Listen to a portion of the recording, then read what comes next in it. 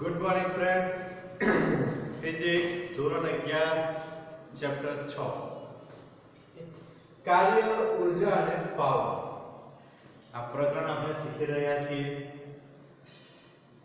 કાર્ય અને ઊર્જા આ બંને ટોપિક વિશે આપણે શીખી ગયા. છેલ્લા લેક્ચરમાં આપણે જોયું કે સ્પ્રિંગ વડે કેટલું કાર્ય થાય છે. સ્પ્રિંગની અંદર કંઈક ઊર્જા સંગ્રહાઈને પડી રહેલી છે. એ કેટલી ઊર્જા છે એનું સમીકરણ પણ આપણે જોયું. બરાબર છે. તો કાર્ય છે, ઊર્જા છે, ગતિ ઊર્જા, સ્થિતિ ઊર્જા, યાંત્રિક ઊર્જા અને છેલ્લે સ્પ્રિંગની અંદર સંગ્રહાયેલી સ્થિતિ સ્થાપકીય સ્થિતિ ઊર્જા આ પણ આપણે શીખી ગયા. તો આજથી આપણે નવો ટોપિક સ્ટાર્ટ કરીએ, પાવર. તો ચેપ્ટરના 3 ભાગ છે, કાર્ય, ઊર્જા અને પાવર. તો છેલ્લા ટોપિક પર છે આપણે. આ છેલ્લા ટોપિકની શરૂઆત કરવી છે પાવરની. તો મિત્રો પાવર કોને કહેવાય? પાવર કોને કહેવાય? તમે ઘણીવાર સાંભળતા હશો જબરો પાવર આવે. જરા ગમતું બેટ આમ ફેરવીને 6 પહોંચી જાય તો પાવર છે યાર. તો પાવરફુલ શોટ હતો એમ. કુસ્તી ચાલતી હોય તો ઉંચકીને કોઈને પછાડી દે, જબરો પાવર છે એની પાસે. ઘણી બધી જગ્યાએ પાવરનો અલગ અલગ મીનિંગ થાય. પોલિટિકલ પાવર હોય, પૈસાનો પાવર હોય, આ બધા અલગ અલગ પાવર હોય બધા. પણ આપણે જે પાવર શીખવાનો છે ફિઝિક્સનો પાવર શીખવાના છે. ફિઝિક્સની અંદર પાવર કોને કહેવાય? બરાબર છે. ઓકે, પાવર સમજો કે સામેથી કોઈ ક્રિકેટ બોલર છે એ દડાને ફેંકે છે. દડો આવ્યો તમારા બેટ સાથે, તમે બેટને આમ ઘુમાવ્યું. જો તમે શું કરો છો? તમે બેટ લઈને ઊભા છો, તમે બેટને આમ ત્યાં ફેરવ્યું. એનો મતલબ બેટને એક જગ્યા પરથી આમ ફેરવતા ફેરવતા બીજી જગ્યા પર લઈ ગયા. ખ્યાલ આવે છે? તમે એવું તો છે ને કે અહીંથી કરે આમ જ કર્યું, આમ કર્યું તોય બેટનું સ્થાનાંતર તો થયું છે. બેટનું સ્થાનાંતર તો થયું છે. તમે બળ પણ લગાડ્યું, બીજું નહીં. એવું નથી કે દડો ફેંકીને આમ જ ઉભા રહે છે, આવા દે અથડાય છે એટલે ફિક્સ પહોંચી ગઈ હોય. એવું નથી. દડો આવે છે, તમે બેટનું સ્થાનાંતર કરાવો છો, બળ લગાડો છો. બળ લગાડો છો અમુક સમય પછી. આમાં સમયનું મહત્વ છે. ઘણીવાર કેવું ધીરે ધીરે ધીરે દડો ઓછો પાવર હતો, એકદમ સ્પીડમાં જતો વધારે પાવર હતો. સમયનું મહત્વ છે, ટાઈમિંગનું મહત્વ છે. ટાઈમિંગ શોર્ટ હતો એકદમ. ટાઈમિંગ પરફેક્ટ હોવો જોઈએ. ધેટ મીન્સ સમય ઇમ્પોર્ટન્ટ છે. તો બેટનું તમે સ્થાનાંતર કરાવ્યું પરફેક્ટ ટાઈમિંગ સાથે, એની ઉપર તમે બળ લગાડ્યું અને દડો ગયો બાઉન્ડ્રીની બહાર. આને કહેવાય જબરજસ્ત પાવર. બરાબર છે. હવે તમે જો બેટનું સ્થાનાંતર કરાવ્યું અને બળ લગાડ્યું, આ બેનું કોમ્બિનેશન લો. બળનું સ્થાનાંતર, બળ F ઇન્ટુ સ્થાનાંતર. બેટનું સ્થાનાંતર કરાવ્યું અને એના દ્વારા બળ લગાડ્યું તો F ઇન્ટુ D. એને આપણે શું કહીશું? કાર્ય કહેવાના આપણે. કાર્ય કર્યું પણ કાર્ય પરફેક્શન સાથે, મીન્સ ટાઈમિંગ સાથે. કાર્ય કરીને વાંધો નથી. હું અહીંથી ટેબલ લઈને હું ત્યાં લઈ ગયો, ધીરે ધીરે ધીરે ઉછીને લઈ ગયો, મૂક્યું. તમે સ્પીડમાં પણ લઈને મૂકી શકો છો. બરાબર છે. ઇમ્પોર્ટન્સ ટાઈમિંગનું છે, સમયનું મહત્વ છે. તો કાર્ય કર્યું તો ખરું પણ પરફેક્ટ ટાઈમ સાથે. બરાબર છે. પરફેક્ટ ટાઈમ સાથે. કોઈ પર્ટિક્યુલર ટાઈમમાં પર્ટિક્યુલર કામ કરો છો, નિશ્ચિત સમયમાં નિશ્ચિત કામ પૂરું કરો છો. બરાબર છે. તો એને પાવર કહેવાય. નિશ્ચિત સમયમાં કરો એટલે W/T લખવું પડે આપણે.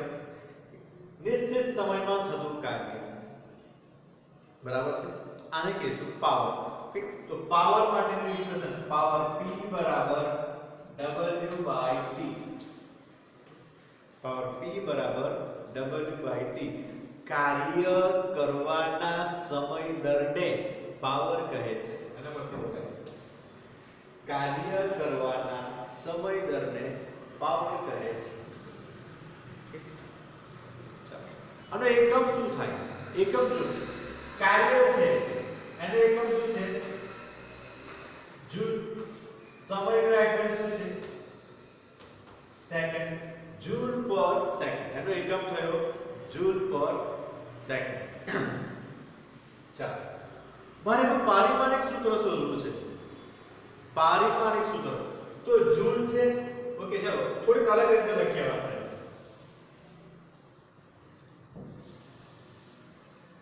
ઓકે, W કાર્ય એટલે શું? તો કે બળ ગુણ્યા સ્થાનાંતર છેદમાં T. આ જ લખાય. ઓકે, બળનો એકમ શું? ન્યૂટન ઇન્ટુ મીટર પ્રતિ સેકન્ડ. આ રીતેનો એકમ થશે. ઓકે, ન્યૂટનનું પારિમાણિક સૂત્ર શું થાય? ન્યૂટનનું પારિમાણિક સૂત્ર kg metre per second square. આપણે શીખી ગયા છે kg metre per second square. kg એટલે m, મીટર એટલે n, second square p⁻². m1 l1 t-2. Okay, metre એટલે શું આવશે? l1. ઓકે, નીચે છે સેકન્ડ એટલે t1. આ રીતે થશે. હવે આના વસ્તુ સાદું આપી દો. તો m1 n 1 અને 1 બે થઈ ગયા. આ t નીચે 1 છે એ ઉપર જશે તો -1 થઈ જશે. ઉપર -2 ઓલરેડી છે. -1 નીચેથી ઉપર જશે -3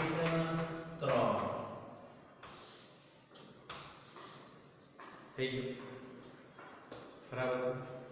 તો પાવરનો એકમ જૂલ પર સેકન્ડ અથવા ન્યૂટન મીટર પર સેકન્ડ. આ બીજો એકમ પણ છે અને આનું આ પારિમાણિક સૂત્ર છે. બીજું જૂલ પર સેકન્ડ.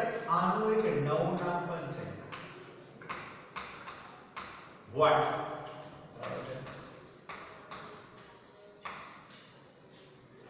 પાવરનો એકમ છે વોટ. જૂલ પર સેકન્ડ એટલે આપણે એને કહીશું વોટ. જો એક સેકન્ડની અંદર 1 જૂલ જેટલું કાર્ય થતું હોય, એક સેકન્ડમાં 1 જૂલ જેટલું જો કાર્ય થતું હોય તો તમારો પાવર 1 વોટ છે એવું કહેવાય.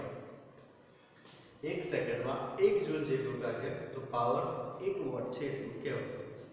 બરાબર છે. ચલો, ખબર પડી ગઈ તમને લોકોને? જોજો જરા ફટાફટ. સ્ક્રીનશોટ લઈ લેવું લાગે.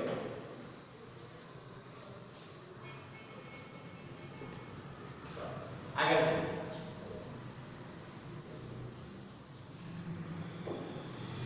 આ પાવર P આપણે શોધ્યો, પણ મને કોઈ એવું કહે કે પર્ટિક્યુલર સમજો કે ટેબલ ઉચકીને અહીંથી અહીંયા જતો હોય ને વચ્ચે અહીંયા આવું છું અને કોઈ મને કહે કે અત્યારે પાવર કેટલો. યાદ કરો, આપણે જ્યારે બળ, વેગમાન આ બધું શીખતા હતા થર્ડ ચેપ્ટર ની અંદર, બરાબર છે? તે વખતે તત્કાલીન અને એવરેજ આ બે વિશે અભ્યાસ કરજો. તાત્ક્ષણિક પાવર, તાત્ક્ષણિક એટલે તે વખતનો પર્ટિક્યુલર તમે જે છો અત્યારે તે પોઝિશનનો પાવર. બરાબર છે? તો જ્યારે પણ અહીંયા તત્કાલીન પાવર અથવા તાત્ક્ષણિક પાવર શોધો તો P બરાબર dW/dt આ રીતે લખાય. એક બહુ સૂક્ષ્મ છે. તમે પર્ટિક્યુલર સમય એકદમ એક સેકન્ડ માટેનો હશે, પોઈન્ટ સેકન્ડમાં હશે, માઇક્રો સેકન્ડમાં હોઈ શકે કાર્ય. બરાબર છે? તો એટલા માટે સૂક્ષ્મ કાર્ય થઈ જશે તે વખતે. તો P બરાબર dW/dt. ઓકે છે. P ઇઝ ઇક્વલ ટુ આ d/dt તો નીચે લખી રાખું છું. W એટલે શું? આપણે અત્યાર સુધી d લખીએ છીએ, પણ હવે હું d લખીએ તો d * d એવું થઈ જશે. તો સ્થાનાંતર માટે થઈને હું એક નવો નોટેશન લઉં. સ્થાનાંતર એટલે અંતર. બીજું શું થાય? અંતરનો હું x તરીકે લઉં તો પણ ચાલે. કેમ? આપણને સમીકરણમાં સરળતા પડે એટલા માટે નોટેશન બદલીએ છે ખાલી. તો એ લખું f * x બળ ગુણ્યા સ્થાનાંતર. ઓકે ચાલો, બળ તો અચળ છે તો અહીંયા શું થઈ ગયું? dx dt. જો x ની જગ્યાએ d હતો તો શું કરતે? dt/dt. ખબર ન પડે, એનું સાદું રૂપ જ ન આપી શકત તમને સમજણમાં જ ન આવે. બરાબર છે ને? એના માટે થઈને મેં નોટેશનને ખાલી ચેન્જ કર્યો તો અહીંયા થઈ ગયું dx / dt. હવે x એટલે સ્થાનાંતર છે એ આપણને ખબર છે. નોટેશન ગમે તે યુઝ કરો, મીનિંગ ખબર પડવી જોઈએ. અહીં x નો મીનિંગ શું થયો? અંતર અથવા સ્થાનાંતર. તો સ્થાનાંતરનું સમયની સાપેક્ષે વિકલન થાય. સ્થાનાંતરનું સમયની સાપેક્ષે જો વિકલન થાય તો શું થઈ જાય? f * v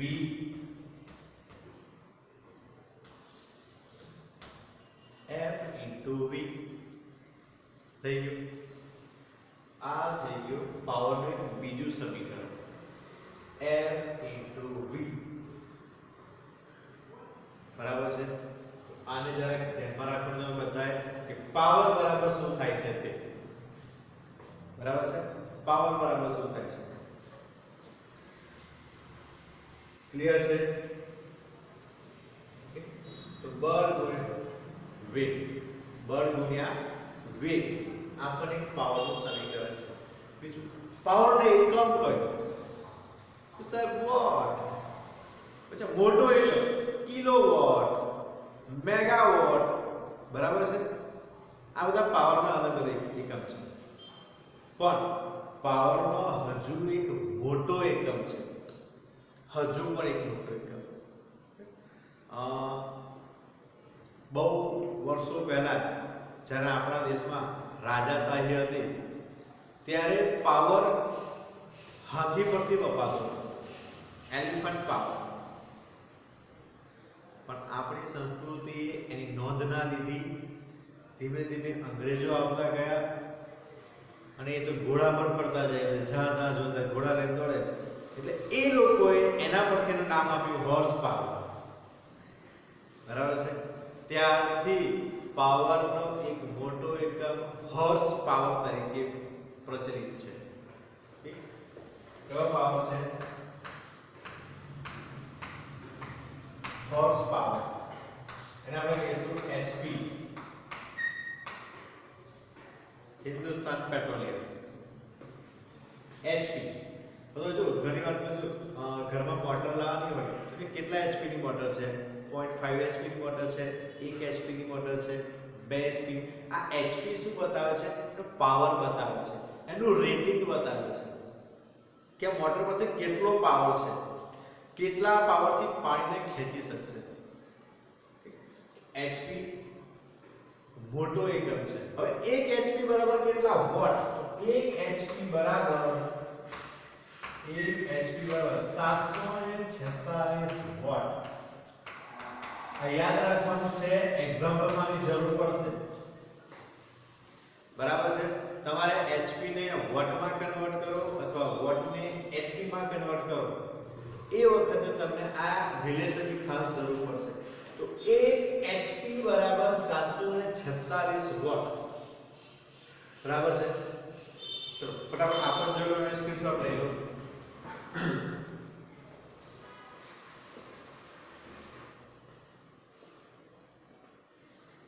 ઓકે, ક્લિયર થઈ ગયું? તો આ બધું જે કંઈ પણ બેઝિક થયું આ બધું પાવરને રિલેટેડ થયું. પાવર કોને કહેવાય, કઈ કઈ વ્યાખ્યાઓ છે, કે કયા કયા સૂત્રો છે, એકમ કયા છે, પારિમાણિક સૂત્રો શું છે, એ બધું આપણે પાવરના ટોપિકની અંદર જોઈ લીધું. તો પાવરની અંદર આનાથી વિશેષ કંઈ નથી. આ પાવરનો ટોપિક આપણે અહીં જ પૂરો કરીએ છીએ. બરાબર છે? તો અહીં પૂરું કરીએ આપણે પાવરનું. નવો ટોપિક સ્ટાર્ટ કરીએ છે સંઘાત.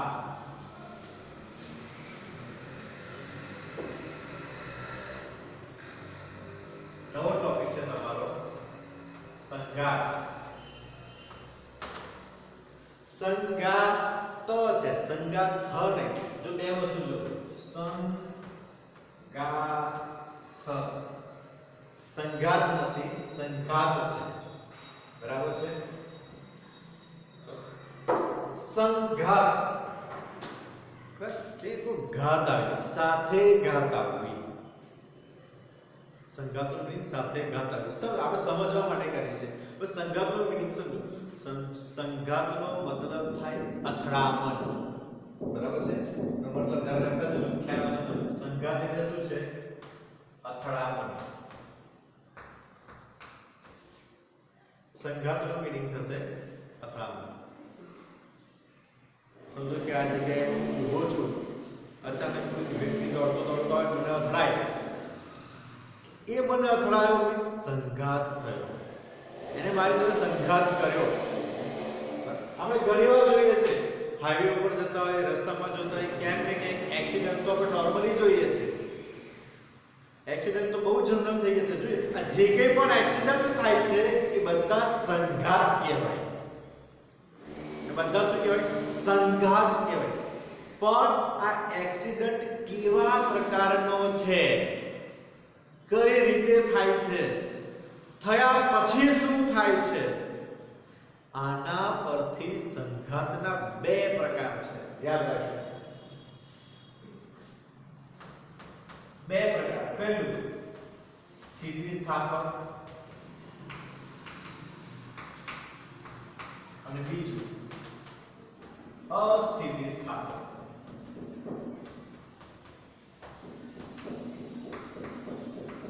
આ બંને અથડામણ છે. સ્થિતિસ્થાપક સંઘાત અથવા સ્થિતિસ્થાપક અથડામણ, અસ્થિતિસ્થાપક અથડામણ. આ બે પ્રકારની અથડામણ થતી હોય છે. બરાબર છે. બીજો એક ખાસ પોઈન્ટ તમારે જે યાદ રાખવાનું છે તે આ બંને કિસ્સા વખતે જ્યારે પણ અથડામણ થાય છે તે વખતે, બરાબર છે, જ્યારે પણ અથડામણ થાય તે વખતે તમારે વેગમાનનું સંરક્ષણ થાય છે. બરાબર છે. આ હંમેશા યાદ રાખવું છે, અથડામણ વખતે વેગમાનનું સંરક્ષણ થાય છે. બીજું, અથડામણ થતી હોય ત્યારે ગતિ ઊર્જાનું પણ સંરક્ષણ થાય છે.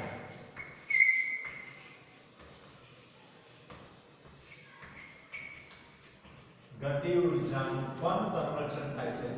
કઈ રીતે થાય છે, શું થાય છે, કેમનું થાય છે, એ ટોપિકના ઇક્વેશન પ્રૂવ કરશું, સાબિત કરશું, તે વખતે ડિટેલમાં જોવાના છે.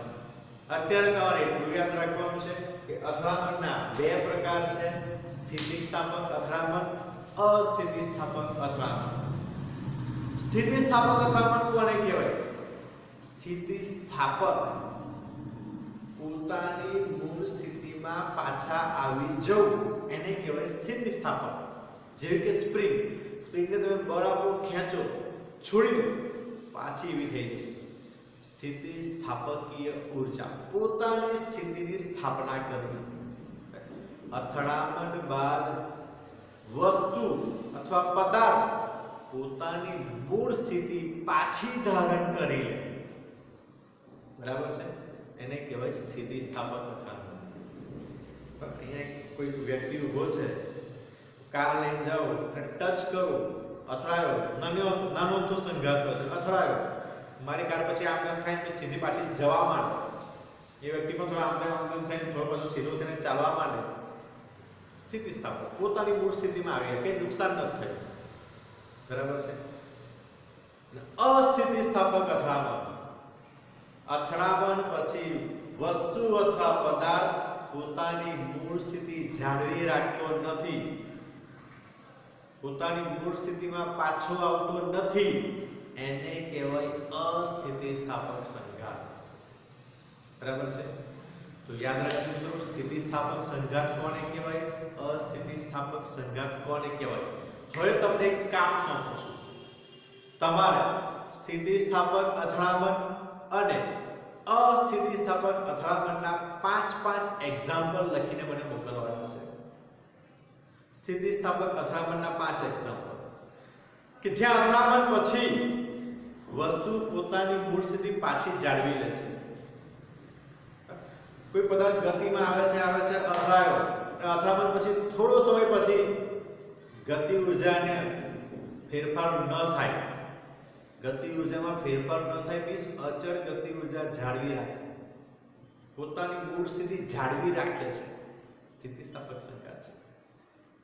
તો આ બંનેના 5 એક્ઝામ્પલ્સ તમારે મને લખીને મોકલવાના છે. સ્થિતિસ્થાપક અથડામણ, અસ્થિતિસ્થાપક અથડામણ.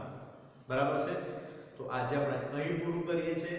સ્થિતિસ્થાપક અથડામણ શું છે એ આપણને ખબર પડી ગઈ, અસ્થિતિસ્થાપક સંઘાત શું છે એ પણ આપણને ખબર પડી ગયું, બંનેમાં આ બંનેનું સંરક્ષણ થાય છે એ પણ ખ્યાલ આવે છે. હવે નેક્સ્ટ ટાઈમ મળીશું ત્યારે સૂત્રથી સાબિત કરવાના છે. સૂત્રથી આપણે એને સાબિત કરશું કે સ્થિતિસ્થાપક અથડામણમાં શું થાય, અસ્થિતિસ્થાપક અથડામણમાં શું થાય છે તે. તો મળીએ નવા લેક્ચરમાં, સાબિતી સાથે મળશું. ત્યાં સુધી તમારું હોમવર્ક મેં તમને આપ્યું છે, હોમવર્ક તમારે મને મોકલવાનું છે, ભૂલતા નહીં. ચાલો, મળીએ નવા લેક્ચરમાં. નમસ્કાર.